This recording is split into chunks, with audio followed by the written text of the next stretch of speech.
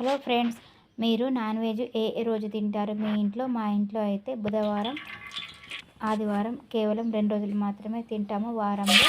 కాబట్టి ఆ 2 రోజులు తప్పకుండా నాన్ వెజ్ తయారు చేసుకుంటాము.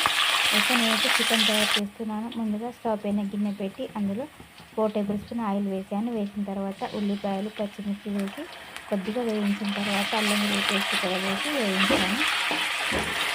ఇంకా అవన్నీ వేగుతూ ఉంటాయి. తర్వాత ఒక హాఫ్ టీ స్పూన్ పసుపు కూడా వేసుకోవాలి. ముందుగానే ఉప్పు నీళ్ళతో శుభ్రంగా చికెన్ కర్రీ పక్కన పెట్టుకున్నాను.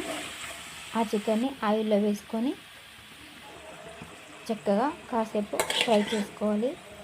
ఇందులో ఉప్పు కారం వేయకుండా ముందే చికెన్ వేసి ఇలా ఆయిల్ ఫ్రై చేసుకుంటే చాలా టేస్టీగా ఉంటుంది. ఇది ఒక రకమైన టేస్ట్ ఉంటుంది, బాగుంటుంది.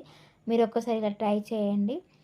ఎప్పుడు అలా ఉప్పు కారం అల్లం వెల్లిపాయ వేసి కలిపిన చికెన్ కాకుండా ఇలా పట్టి చికెన్ వేసి అది మగ్గిన తర్వాత రుచికి సరిపడా కారము ఉప్పు వేసుకోవాలి.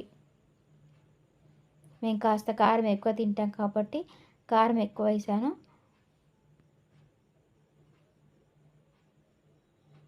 ఇందులో వాటర్ ఎలాంటివి వేయకుండా ఇలానే సిమ్లో పెట్టేసి చక్కగా ఉప్పు కారం అల్లం వెల్లిపాయ పేస్ట్తోనే కర్రీ ఉడికిందనుకోండి, అదొక టేస్ట్ ఉంటుంది ఫ్రెండ్స్, చాలా బాగుంటుంది. ఇలా కూడా ట్రై చేయండి, ఈజీగా అయిపోతుంది.